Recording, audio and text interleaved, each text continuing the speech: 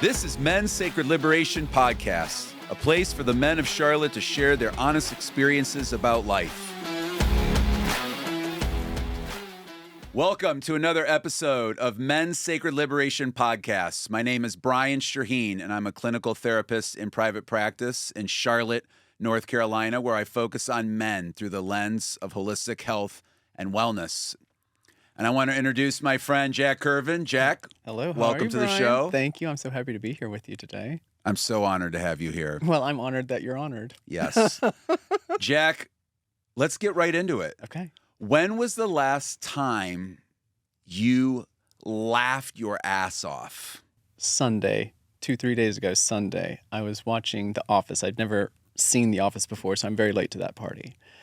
And we've been going through all the seasons, and especially the opening skits that they do for those episodes are so outrageous that they will do or say something that you can't even conceive of, and it catches you by such surprise that really you don't have any choice but to let it rip. Just laugh and let it out. Mm-hmm. And so, yeah, The Office has been hitting me hard with Happy lately. Despite how awful Michael is, he's marvelous. Mm-hmm. Mm-hmm. And I would imagine that you have an appreciation for laughter. Oh, yeah. Yeah. When did you realize that it was something that you need in your life? I've never thought of a time when I didn't need it, so I don't know that it's a conscious realization that I needed it. It's just I've always laughed a lot. It just makes me feel better. It should make most people feel better. There's a lot going on when you're a kid, right? There's a lot going on when you're a teenager. There's a lot of complexity, and the levity helps, dispel a lot of that angst, right? Right. I have found that even if I don't feel particularly good per se, I have found that if you hold a smile for 10 seconds, even if you don't actually mean it at first, eventually around 10, 15, 20 seconds, it relaxes across your whole face. Mm-hmm. And it just recreates your entire frame of mind just to specifically hold a smile, even if it feels ridiculous at first, and other thoughts come in and try to distract you from it. If you just focus on that smile, let everything else go for a few seconds, it will actually become authentic. Sometimes you have to be patient with it, but it helps. It does help. It helps. I'm curious how you weave laughter into your work. If you can share the type of work you do and how you might weave that in. So, as a personal trainer, I have found that making fun of the process makes it a lot less intimidating for people. So approaching fitness and nutrition from a perspective of it being all rather ridiculous, because it really is rather ridiculous, especially when you look at the way the industry tries to create these fads and brands, and they consistently act like they're recreating something. There is practically nothing new, and if you can just diffuse some of that intimidation, that helps with personal training, also with wellness coaching, finding ways to take people's situations and certainly not make fun of them, but figure out ways to bring the absurd into it, because that disarms people and allows them to look more clearly at a situation. As far as a movement instructor or a chakra alignment worker, the humor and laughter comes in there. That's really easy because we're playing with juju. I mean, we're playing with juju. How can that not be fun? Right. I mean, it is. I also try not to speak too reverently about anything. So I will throw around words like, "Oh, I'm going to see my witchy juju people," or "my crazy hippie ladies," or whatever. It's I love them. I love them. I love all my people. But sometimes it gets too serious. And, do you remember the time when I was talking about your sound bath? Yes. Do you remember how I described it to you? Mm-hmm. May I share that? Sure. You were having a moment of imposter syndrome. Mm-hmm. Do you remember? Mm-hmm. And I made the point that people pay money to come and lay down on a floor with their eyes closed while you beat sticks at them. People pay you for that. People pay you to go sit in a bucket of cold water. They do. Mm-hmm. And that's amazing because they get Yes. something healing from it. And it's absurd, but it's still healing. These are comma and statements. It is absurd, comma, and it is healing. Right. So that's how I try to dispel some of the severity of these types of situations. Like, I'm worried about the way I look. I'm worried about how I feel. I'm worried. Okay. Well, to what degree can you let go of any of it? And so self-deprecation helps, especially if I make fun of myself. If I can figure out a way to put myself into a similar situation and then not degrade it by any means, but to kind of poke holes in it, let some of that water pressure out. Right. Like if it's a balloon, you just tap a little hole and just let it kind of all the way out. And that's a good example, that extended high-pitched fart noise that balloons make. I mean, why not? I mean, that's farting a metaphor noises, for our emotional pressure, right? Fart noises usually make people laugh. Yeah, so your emotional fart noises, that's a way that I try to bring laughter into this because we carry a lot of pain with us, right? Mm-hmm. And if it's cutting us, how can you dull that blade? And if you've got all this emotional pressure inside your head, okay, well, let's poke a hole in your head and let that high-pitched fart noise out. Mm-hmm. A long time ago, that's actually how native medicine worked. If you had migraines or if you had some kind of head pains, they would drill holes in your head to let the demons out. So we can do that metaphorically, unless you trust me with a pickaxe. I don't know how precise I'll be with it, but... Well, I appreciate that perspective. I like what you said about comedy and I wonder why, because this show tends to focus on men, and specifically all of the people who have been interviewed on this show are living in Charlotte and or are from Charlotte. But all of them are currently living in Charlotte, including yourself. Yes. And I'm just so curious why men, generally speaking, take themselves so seriously. Why is it so hard to step back and look at the comedy of it all? And in your role, in the work that you've been doing over the years, I would imagine, or I'm curious if you've met men at the gym or wherever you're serving others, and you've noticed this trend of individuals taking themselves way too seriously and not looking at the comedy of all of it. Why do we take ourselves so seriously?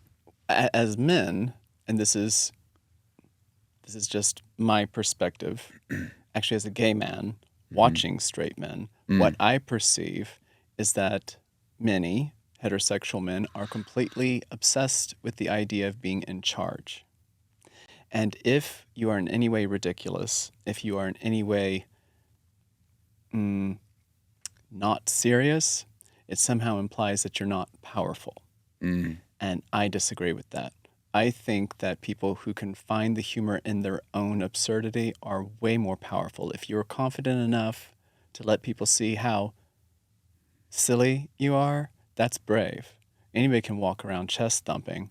What if you chest thump and make funny noises while you do it? That's way better to me. I like it when people project that type of happy energy. It makes people more attractive. I would be willing to bet that it would make men more approachable to women. It'll seem a little off topic, but I'd like to bring it up because, the conversation's flowing. Men are afraid women will laugh at them. Women are afraid men will kill them. I'm not saying that all women are afraid of all men. I'm saying that if you want to be attractive to women, smile a little bit more, be a little bit funnier, don't take yourself quite so seriously, allow yourself to be vulnerable. You're probably bigger than most of the women you meet. That can be intimidating. So, try not to be intimidating. Be funny. And a word that grabbed my attention that you said earlier is play. Play. And that happens to be the theme of the upcoming Men's Sacred Liberation retreat that's being hosted this weekend. And as part of the retreat, I like to invite in other facilitators to come in and help to serve the men who are coming into this retreat experience, which, by the way, there will be 34 men at this Nice. retreat, which is incredible. That's awesome. And you'll be there. I will be there. I'm And excited. you were at the last Men's Sacred Liberation retreat, and Mhm. you facilitated an experience for us. And when I experienced it, and I had experienced it even before then at another location in town, I found that it was one of the few opportunities in my life where I was invited to come into a space, and from the moment we started, to play, Yes. to be in my body in a playful way. And so what do you call this experience you're going to share with us, especially for the viewers who are coming or are curious of joining in the future? What is it, and how did you find this practice, and why do you think it's important for men in particular to experience this? So the particular class you're talking about, I call the Dancing Oracle. In terms of structure, there's an entire system that I've created that I call the 49 Haiku system. There is a book that I wrote that is a supplement to an immersive chakra alignment class. What we have done thus far is randomly open that book to some specific spread. The last time we did this, you specifically requested, I think it was number 21 of 49, but the one before that, completely random. I anticipate the one coming forward this weekend will be completely random. The idea being that if you are working with people who have very little or no experience with dance and or choreography, many people will come in with the idea, I can't dance. I don't know anything about this. They will come in with fear of judgment and failure, and that is the antithesis of play. So the way the session is structured, we go through the reading, this randomized reading, to create a parameter or a theme. In terms of improvisation, if you don't give yourself some kind of structure, you have trillions of options, and that sounds really liberating until you actually have to do something. And then you're likely to encounter something akin to, what's the term? Is it choice paralysis? So by introducing themes, there is a skeleton that you can build on. And in this instance, we'd look at the elementals that are part of that spread, whether it's, fire touching earth or, whatever the combination is. We discuss very briefly what the qualities of those elementals are, what the idea is behind the spread, and we take that as the guide rail for the road we're about to drive down. And from there, we have to make it clear that there is no right or wrong here. As long as you're not getting injured, then you haven't done anything wrong, no injuries. Make sure that everybody trusts that they are safe and not going to be in some way judged or criticized harshly. And then allow people to create movement on their own based on their own response to those cues. That is not enough. It doesn't exist until other people see it. Theoretically, I suppose. So then you teach it to someone else, and they teach you theirs, and you learn each other's material. Then you take that nugget and expand it some more until you've got phrases. Then you have all these people who may not even know each other, who are so distracted by the fact that they're teaching each other that they forget that they're being creative. They go into this playful space, and suddenly, within 45 minutes, you end up with a dance that you could never choreograph on purpose. Because even if you had the same people show up at the same space 100 times, they would be in different moods. They'd have different levels of experience and expectation. It will never exist again. And as you have seen, you can get dozens of people together who say that they don't know how to dance, and then they create in 45 minutes high-quality choreography. And to that point, I have a lot of colleagues, for instance, people I went to UCLA with, who are very high-thinking movers, like philosophers of dance. And I showed these videos to one of them, And her response was, well, what did she ask me? She said something along the lines of, what was the grant that you got to fund this? And I was like, what do you mean? She's like, well, these are your professional dancers, right? I was like, no, these are first-time movers. And she was shocked, and she compared the work to that of Pina Bausch. And perhaps people aren't necessarily familiar with Pina Bausch, but that is a big deal. She is one of the most important postmodern choreographers in the history of dance. She was German, and she made really high art. And my friend Erica mistook y'all for professional dancers making high art. There you go. And that's in 45 minutes. And it's accessible to people because it's fun, because they play. Right. They're learning and teaching and sharing and explaining. And anytime you teach somebody something that you love, it comes out to some degree as joy. And so if you're excited that you made this with your own body, well, I mean, that's exciting already. You're experiencing your body in some way that's maybe foreign to you. And yet it's not scary anymore. And discovery is exciting. It's like watching children. I mean, when I sit back and watch, it looks like little kids playing finger paints. Right. You look like children. And I'm like a conductor. I stand back, I give feedback, I guide as it's necessary. Then when everybody knows their material, I help assemble it all together, and I step back and record it. I let you guys see it. You make little adjustments on your own. I really don't have to give much feedback once you can see yourselves. And once you see yourself the first time, that first draft makes people even more excited because now they see, not only did I make something, it looks really cool. It did look cool. It looks cool. Then we record it a second time, clean it up. Last time's the charm. That's the performance. However it is. I take it home, edit it down a little bit for length, slap a piece of music on top that was not playing while y'all were dancing. Correct. Yep, no I music. Just slap a piece of music on, put it on YouTube, and suddenly we've got a project that Erica thought was funded by some program encouraging the production of high art. Right.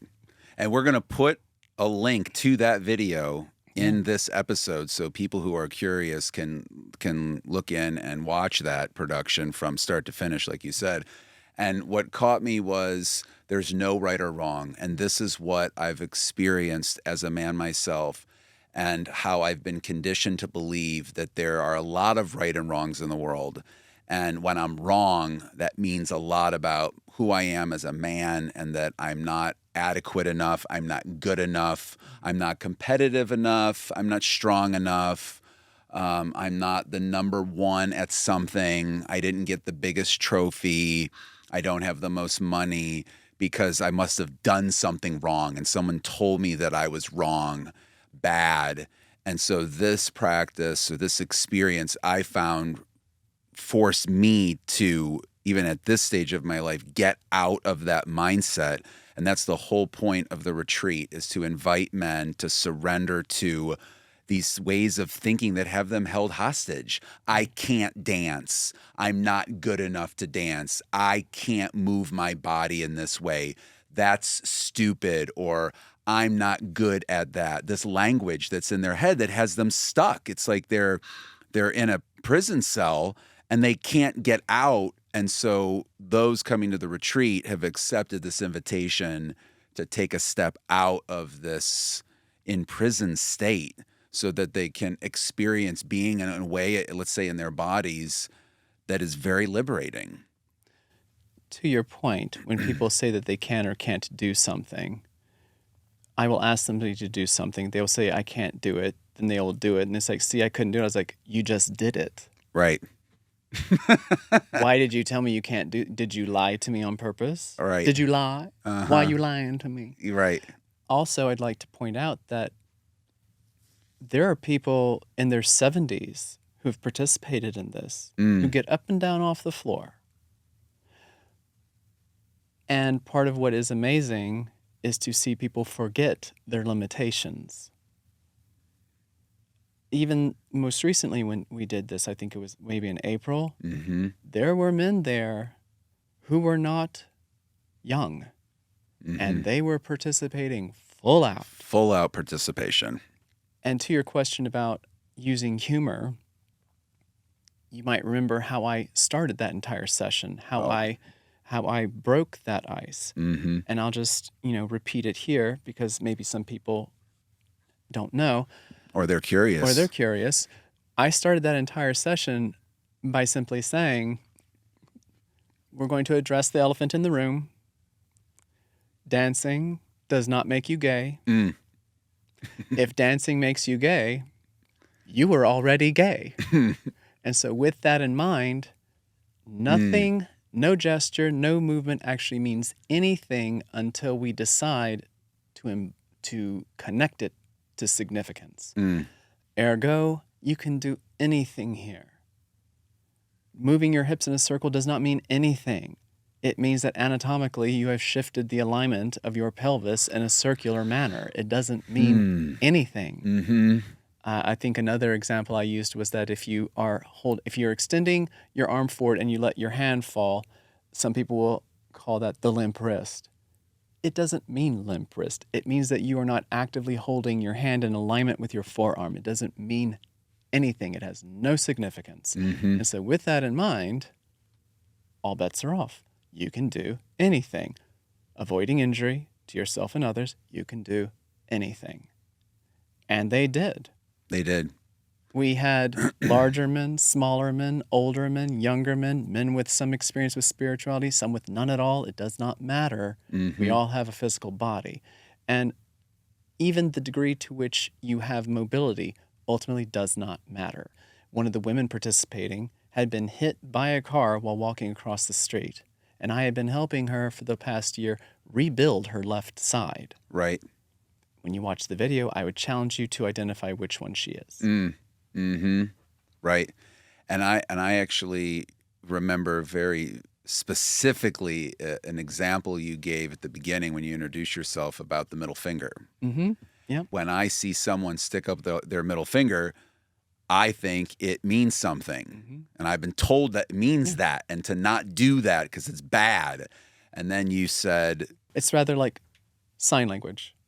These are meaningless gestures until we codify them. Yep. Hula means nothing until the Hawaiians decide it is a language of movement. Same with Bharatanatyam, right, which is classical court dancing in India. You may have seen it without realizing it in your travels, but that's what Bharatanatyam does. It tells religious stories with different combinations of gestures and facial expressions. Right. But until you codify movement, it has no particular grammatical significance. Now, different postures and facial expressions can convey meaning. I don't mean that. What I mean is like you stepping lightly does not imply that you are light in the loafers unless people decide that's what it means. Right. And in this group, it does not mean that. It means that you are experiencing movement in your body that's three-dimensional. Because that's something else to be aware of, is that a lot of times people become two-dimensional in their movement. To the degree that you can be two-dimensional in a three-dimensional world. What I mean to say is it's very limited, very flat, and not particularly interesting. Yeah. And so why is it so important for men in particular to experience different ways to be in their bodies? Why is this important work right now in the history of men, let's say in America, generally speaking? Because we have codified too much. Everything is codified. The color of your socks, the drinks you order at a bar, the way you walk. Everything is laden with meaning. These external forces have decided that this is what it means when you do this with your body. Number one, nobody should have that right in the first place. Number two, if you're going to deconstruct toxic masculinity, that projects specifically from the body. It touches specifically on the way we perform gender. There are as many different types of masculinity as there are men on this planet. And it's important to feel your body in this way because it evokes pleasure.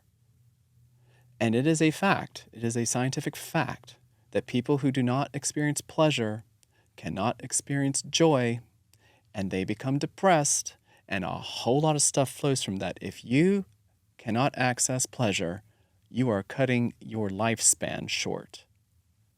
It is imperative that you enjoy your body. And there are, nerve endings everywhere, and they all need to be stimulated. If you don't use it, you lose it, right? Right. So you live in a three-dimensional world, be a three-dimensional person.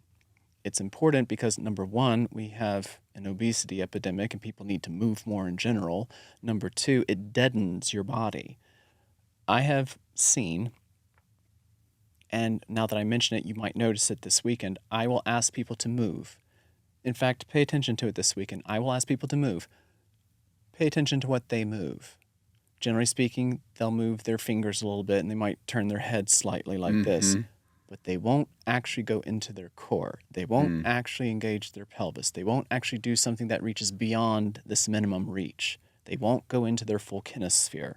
They won't reach the outer edge of their limits. They will stay right here, close with near proximity, and they will just fidget. There's no life in the movement. You have to resurrect that gradually and gently and with humor and encouragement and this banning of judgment. We get plenty of judgment. You don't need it in my class. Right. And being judged makes us vulnerable. And men are not supposed to be vulnerable, which is really odd because all men are always vulnerable in some way. So denying that is just a constant source of stress and frustration. Right. And I'm glad you mentioned pleasure because one of my hopes for the weekend is that men will move their bodies in ways they've not moved them before. That's very likely to happen.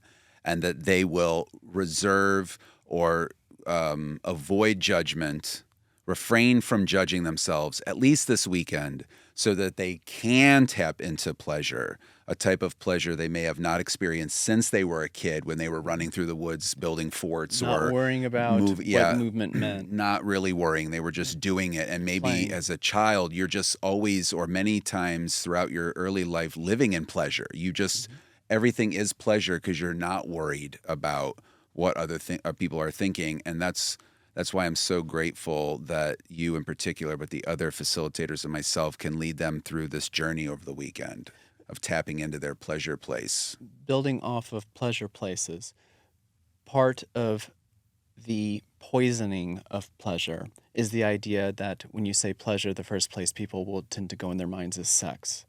That is only one kind of pleasure. There are so many kinds of pleasure. The word pleasure should not have innuendo attached to it. There is the pleasure of feeling the sun on your skin. There is the pleasure of drinking water when you're thirsty. Have you ever been so thirsty when you drink water it actually feels good? Yes. Like it's like, oh my God, that felt good. Right.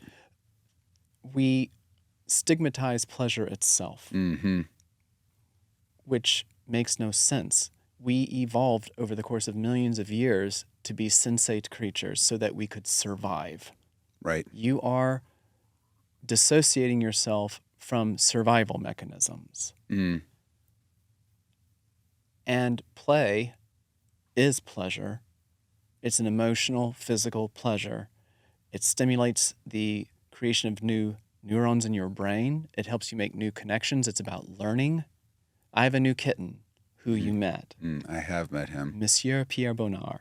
And watching him play fills me with delight because he's discovering his body. Right now, he's learning to jump higher and higher and higher, and he looks goofy AF. I mean, goofus. And he is just radiating joy, pleasure, and just excitement. And he does so much playing that he just wears himself out. He'll come lay on my lap and his eyes just fall shut because he's so worn out from all this growing and learning. And that's what we should still be able to do. Exactly. If a kitten can figure it out, how come we can't? That's it. Now, my kitten is very clever, but, I'm biased. I know you are. Still, play is life. Play is learning. Even if it feels serious, even if it feels specifically productive, it is still learning in and of itself should be a form of pleasure that Right. you can actually feel. Absolutely. You can feel the pleasure of learning another language or figuring out the Sudoku. You feel the pleasure of figuring out how to mix the paints or cook the steak the way you want. Right. This is all pleasure. All pleasure. All pleasure. And that's a great way to close this, is to know that we are inviting men into a space to experience pleasure, and to know that people like yourself are going to help facilitate that process, because sometimes we need a little help and guidance. Yeah. I know that I have. And so for all the men out in the world listening, especially those in Charlotte, please know about the Men's Sacred Liberation retreats. They are held about every 2 months. So the next one will most likely not be until the new year, but I'm so honored that you will be there. And I really want to close with this specific thing that you said, that there are as many definitions of masculinity as there are men in the world. That really hit me, because I've always believed that to be true. And I know at this particular time in life, there's a lot of conversation about masculine and feminine energies, and a lot of people are writing about masculine and feminine and these energies.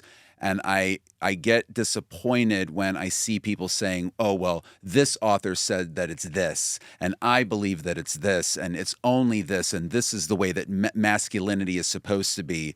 And when it hits me, I feel attacked, because it, in a sense, takes away from my own definition. And what I want men to experience in the retreat is, we don't even have to talk about masculine and feminine. This is more about you learning how to show up as the fullest version of yourself in your body, in your pleasure, in your values, whether it's masculine or feminine energy. Each man gets to decide what that is and how they move about the world in that way. And another challenge is to just let all that dissolve in general. You are coming to the retreat as a man, and you have your masculinity. Right. So what? Play. Exactly. Play. Right. And even out in the world, you get to perform your own masculinity. Exactly. And part of the problem, I think, is that we try to define what masculine, feminine energy even is. Right. Because once you define what something is, now you have defined all the ways it isn't simultaneously. If you create a right, then you have inadvertently created all the wrongs. So, sure, bring your manly energy. We love it. Bring your chest hair and your deep voices, but bring your little boy too. That's it. Bring your inner boy who likes to make forts and play. And farts. And farts. We're going to poke holes in your balloons. We are. Damn, I cannot wait. We're going to poke all the balloons. Yes. Jack, we'll close with that. It has been a pleasure to have you. We will put all of your information in the body of the episode, so they can get in contact with you for private sessions or learning more about your book and the cards that just came out that accompany those. I know people will be excited to learn more about that. And you are holding sessions for your oracle cards as well. So people interested in that can contact you. And I can't wait to see you in a couple of days at the retreat. Amazing. I'm really excited. Yep. So with that, we'll close. This has been another amazing edition of Men's Sacred Liberation Podcast, and we will see you again next time.